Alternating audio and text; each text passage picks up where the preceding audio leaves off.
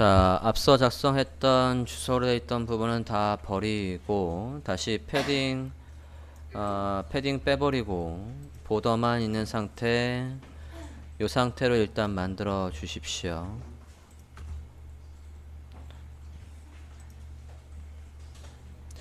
마진은 조금 줄게요. 위아래 100픽셀.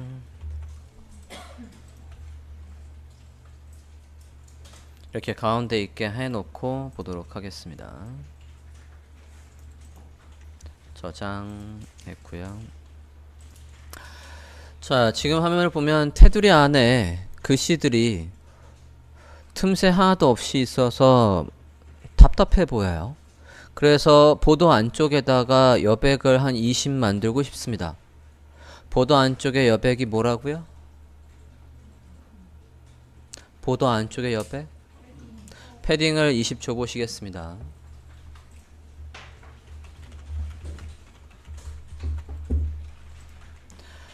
자, 패딩을 20 주셨습니까? 자, 그러면 우리 의도대로 보도 안에 패딩이 20이 생겼어요. 그런데 문제는 저는 아까 510의 너비를 뭘 보고 한 거냐면 예를 들어서 포토샵을 보고 했다라고 해볼게요. 포토샵에서 510짜리가 딱 옆에 두 개 나오는 너비로 레이아웃을 짰다라고 해볼게요. 510이 딱 두 개 나올 수 있는 너비만 만들어줬다고요. 예를 들어서 얘 부모에서. 그러면 지금 클래스명 박스 모델의 크기는 몇입니까? 500에 몇이 되죠? 500에 510에다가 양옆에 패딩까지 40이 있으니까 550이 됐습니까? 맞죠?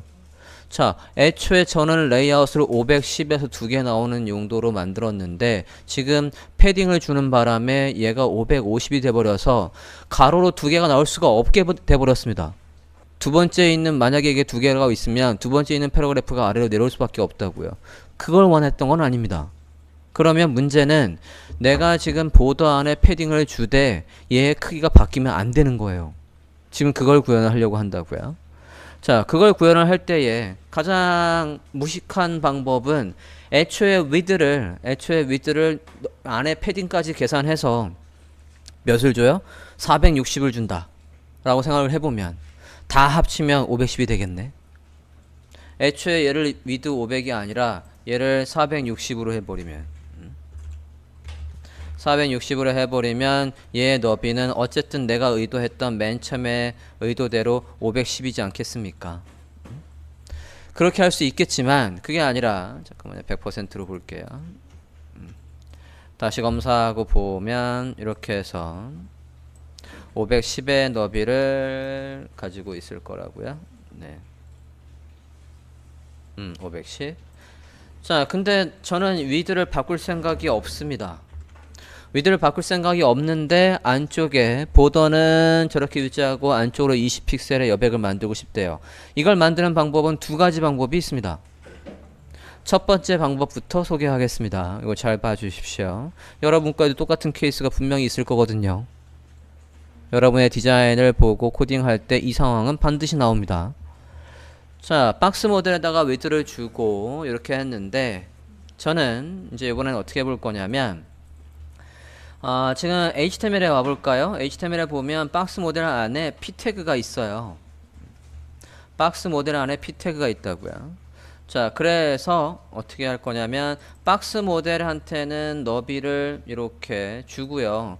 보더를 얘한테 안 주려고요. 그리고 패딩도 얘한테 안 주고 누구한테 줄 거냐면 박스 모델 안에 있는 모델 안에 누가 있습니까? 자식 요소로 p 태그가 있죠.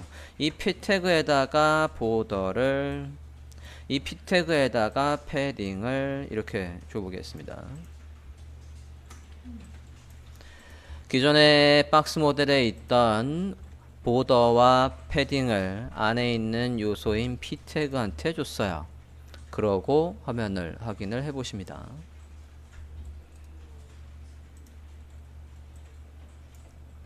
박스 모델의 너비가 몇이 됐나요?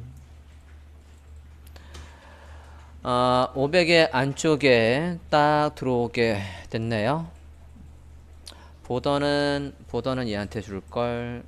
보더는 얘한테 옮겨볼게요. 다시 원래 의도대로 똑같이 510이 나오면서 있게 해볼게요.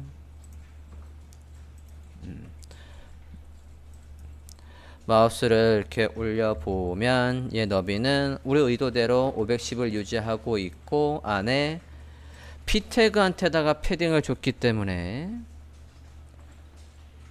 이렇게 나오고 있습니다. 확인되셨습니까? 자, 지금 P태그에 패딩을 줬지만 얘 크기는 변함이 없어요. 왜 그러냐면 얘한테다가 위드를 안 줬기 때문에 그렇습니다. 만약에 얘한테다 위드를 주는 순간 얘기가 달라집니다. P태그에다가 얘한테다가 위드를 만약에 480을 줬대 아니면 500을 줬대요. 이러면 얘기가 달라진다고요. 어떻게 얘기가 달라져요? 삐져나왔죠 지금. 그죠? 얘 크기가 몇이 돼버렸어요? P태그의 크기가 몇이 돼버렸습니까? 500이 돼버렸어요? 540이 돼버렸습니까? 540이 됐잖아요. 그러면 좀 전에 얘가 없을 때는 자 패딩은 누구랑 더 해야 돼요? 더 한다면 누구랑 더 해야 되냐고요. 안에 있는 컨텐츠 너비에다 더 하는 거 아니야? 얘한테는 너비가 없잖아요. 너비를 준 적이 없잖아요. 위드라는 속성의 값을 넣은 적이 없다고요. 그러니까 더 할 값이 없는 거예요. 그러니까 부모가 누굽니까? 이 박스 모델이 만들어준 500픽셀 안에서 너비를 20을 뽑게 된다고요. 상하 좌우로 다. 항상 너비는 누구랑? 위드가 있어야지 더해진다고요. 위드가 있어야 패딩이 더해지는 거고 위드가 있어야 보더가 더해지는 거라고요. 그래서 크기가 만들어지는 거라고요. 위드가 없으면 패딩을 줘봤자 보더를 줘봤자 크기가 늘어나지 않는다고요. 부모가 만들어준 크기 안에서 다 쓰게 되어 있습니다. 요거 크기가 늘어나지 않죠. 근데 지금 이 방법은 바람직하지가 않아요. 만약에 박스 모델 안에 P태그 말고 다른 요소가 들어오면 또 걔한테도 패딩을 줘야 된다고요. 불편해져요. 만약에 박스 안에 제가 원하는 거는 패러그래프가 또 이렇게 패러그래프가 이렇게 있고 패러그래프에 전 배경색 넣을 거고 그렇다고 하고 이 안에 글씨가 또 이렇게 있는 식으로 간다라고 하면 패러그래프다 패딩을 주면 여기가 생긴 게 아니라 여기가 생기니까 우리 레이아웃하고 좀 달라지게 된다고요. 그러니까 이 구조를 안에 패딩을 만들려고 얘한테다가 패딩을 주는 것보다는 이 자체 여기에 뭐가 들어오든 간에 패딩을 20을 만들고 싶은 거예요. 여기에 타이틀이 들어오든 뭐가 들어온 간에 지금은 이렇게 하면 타이틀을 오면 타이틀한테도 위에 패딩을 줘야 되고 불편하게 된다고요. 박스 모델 안에 어떤 내용이 들어오든 간에 박스 모델 안에 20픽셀의 상하 좌우의 여백을 만들고 싶은 겁니다. 자, 여러분 프린트에도 아마 있을 건데 자 여기에서 어떻게 바꿀 거냐면 위에 올라가 볼게요. 얘한테 이렇게 줄 게 아니라 다시 얘한테다 패딩을 줄 겁니다. 패딩을 20픽셀 줄 거예요. 아니 그러면 또 500에다가 얘가 늘어나는 거 아니냐? 그렇죠. 늘어나죠. 자 지금 이 늘어나는 이 방식 위드를 주면 컨텐트의 크기고 거기에다 패딩을 주면 컨텐트에 더해주고 거기에다가 보더를 주면 다시 더해서 결국은 요소의 크기가 보더까지 매겨지는 이 방식이 무슨 방식이냐면 박스 사이징의 컨텐트 박스라는 겁니다. 자 크기가 만들어지는 크기가 어디까지냐 라를 때 크기를 컨텐트의 크기부터 간다 라고 하는 거라고요. 이게 기본값이에요. 이건 안 써도 저렇게 계산을 하고 있었다고요. width와 height를 주면 그건 누구의 크기다? 컨텐트의 크기다 라고 제가 지금 말씀드린 요 내용이 이 한 줄이라고요.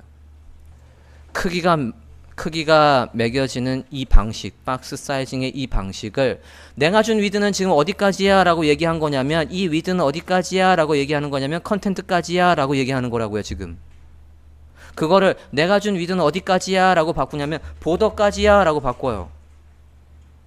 저장하고 다시 보십니다. 그러면 내가 준 위드는 어디까지? 보더까지가 500이라고 했으니까 그 안쪽으로 보더와 그 안쪽으로 패딩을 뽑게 된다고요. 이게 박스를 계산하는 방식입니다. 상황에 따라서 저 경우 굉장히 많이 씁니다. 박스 사이징의 보더 박스라고 해서 크기가 어디까지다 라는 거, 보더까지다 라고 해주는 것도 굉장히 유용합니다. 아까보다 이 방식이 훨씬 낫죠. 이렇게 되면 클래스명 박스 모델 안에 어떤 게 들어오든 간에 우리가 원하는 패딩을 넣을 수 있다고요. 크기의 변함이 없이 우리가 애초에 생각했던 크기의 변함이 없이 그 안쪽으로 패딩과 보더를 뽑기 때문에 자연스럽게 여백을 만들 수가 있게 되는 겁니다.